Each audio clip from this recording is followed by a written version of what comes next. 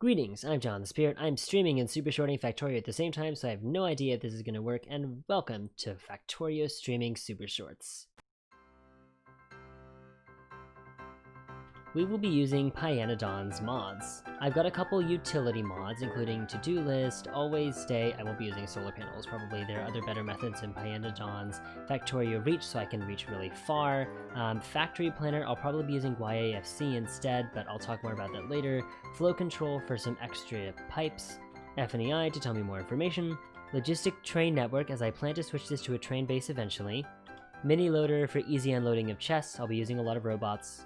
Pi Quick Start to get me some early construction drones, the entire PySuite, alien life, coal processing, fusion energy, high-tech, industry, petroleum, and raw ores, a rate calculator which I might switch out for max rate calculator, rather importantly RSO, which will encourage me to use trains but also hopefully provide me with enough ores for early game. Robot World continued because I don't really like buses and I'm not great with spaghetti, so I'm going to use robots for major transport until we get a train system going. Squeak through and vehicle snap because I'm going to make a car at some point. We'll see if I add any more. These are the settings I'm going to have for RSO. I'm going to use max richness so I have a lot of extra ores. I'm also going to increase the size to 133%. This is for everything including the rocks and reserves. I've already looked at this world. It's pretty nice. I like how it looks. Let's head in. We've got a whole bunch of ores available to us. Another useful thing that is provided to us with Pyanodons is a couple of assembling machines that are capable of handcrafting items. This is because circuits are very expensive. That is, the actual crafting of circuits, but there's a way to handcraft circuits very easily for early game. So this is a way to auto-craft a bunch of circuits before things get too difficult. So we'll make prodigious use of this. My immediate project is to go for red science. That's going to be the automation science pack in FNEI, and it looks easy, but it's actually very complicated. We're going to add this to the to-do list, but before that I want to figure out what basic ores I'm going to need to be processing and start smelting them right away. I start with a bunch of useful things from Robot World Continued and from the Pyanodon Quick Start. So let's begin by opening up the power armor that we're given. I know, oh no, it's cheating, but it's okay, it's really helpful for me, and I'm going to shove in the personal batteries, the portable fusion reactor, the 4 personal roboports. The portable fusion reactor will gradually charge up our personal roboports. We also have a bunch of construction bots in our inventory in case I use blueprints, which I don't have, but also for repair kits. I'm actually going to create a repair kit now so that I can repair this auto handcrafter. Because handcrafting is pretty slow and there's a lot of things to craft, I'm actually temporarily going to increase my manual crafting speed until I have moles and things like that. Let's start by ensuring we have sufficient power. We're given some steam engines and boilers to start with, but if you wanted to make these, you could make them with some iron and stone, which we'll be getting from mining. This will just start us quicker. I've placed my first boilers like this with an offshore pump to grab water and underground pipes to carry the water. There's a space between these sets of boilers so that I can put power poles in between. We can read that it consumes burnable fuel at a rate of consumption of 1.8 megawatts. A piece of coal has 4.0 megajoules, so it'll be consumed in roughly 2 seconds. 4 of these will use 1 coal roughly every half a second. Unfortunately, raw coal, which is what we're going to be mining up from here, is only 3 megajoules and we can't process it quite yet. My calculations indicate that I'll need 5 mining drills to run this.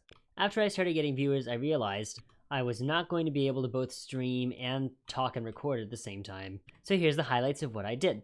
I set up coal mining and routed it down so that I could power my steam engines. I set up iron mining and started smelting iron. I started copper mining and started smelting copper. I started tin mining. Tin requires steam to mine, so to make steam I used a boiler and fed it with coal and also water from an offshore pump.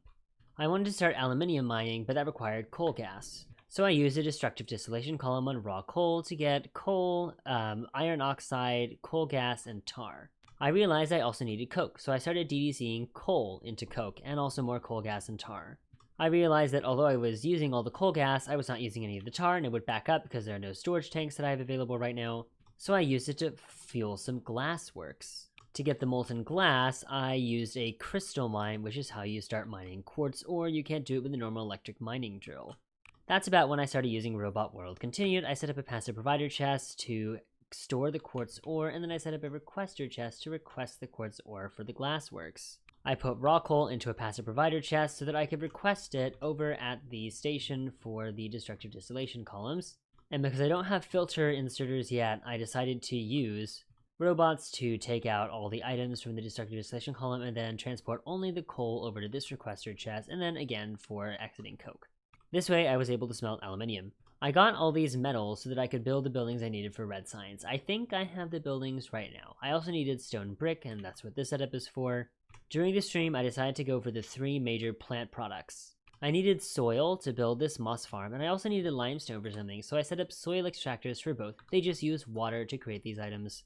Farms in Pyanodon's alien life run with greater speed when you put in actual copies of the original item that you're creating. To get early moss, I mined some rocks. Using destruction planners made this easy. Unfortunately, I got only like 1 moss, so it took a long time, but now I have lots and lots of moss being created. To get carbon dioxide, I also needed to put coke into a high pressure furnace. I believe this is the main way to get carbon dioxide right now. Seaweed you can get from finding seaweed in water. I just found a bunch and filled up the seaweed crop facility with it. It's running fairly quickly. Eventually there'll be a better recipe with carbon dioxide, but I don't have that research yet. Finally, I made sap. In order to fuel sap, you need sap trees. You can get sap seeds from mining wood, but to make the sap tree, you need to put them into a botanical nursery. So I made a botanical nursery, which is incidentally why I needed the glass, and then I stuck my sap seeds into it and made my 2 sap trees, and now this is running fairly quickly. Not super fast, but it's good. And that's what I did on stream. These episodes will not be very long. They might also not be the most consistent things in the world, but I'll try to release them as highlights after every stream so you guys know what's going on as I progress through the wonderful world of Pyanodons. In the next episode, I hope to work as much as I can toward automation science packs. If you have any feedback on how you would prefer this series to go, let me know. A like or a comment would help me in the algorithm. I hope you enjoyed, and God bless you all.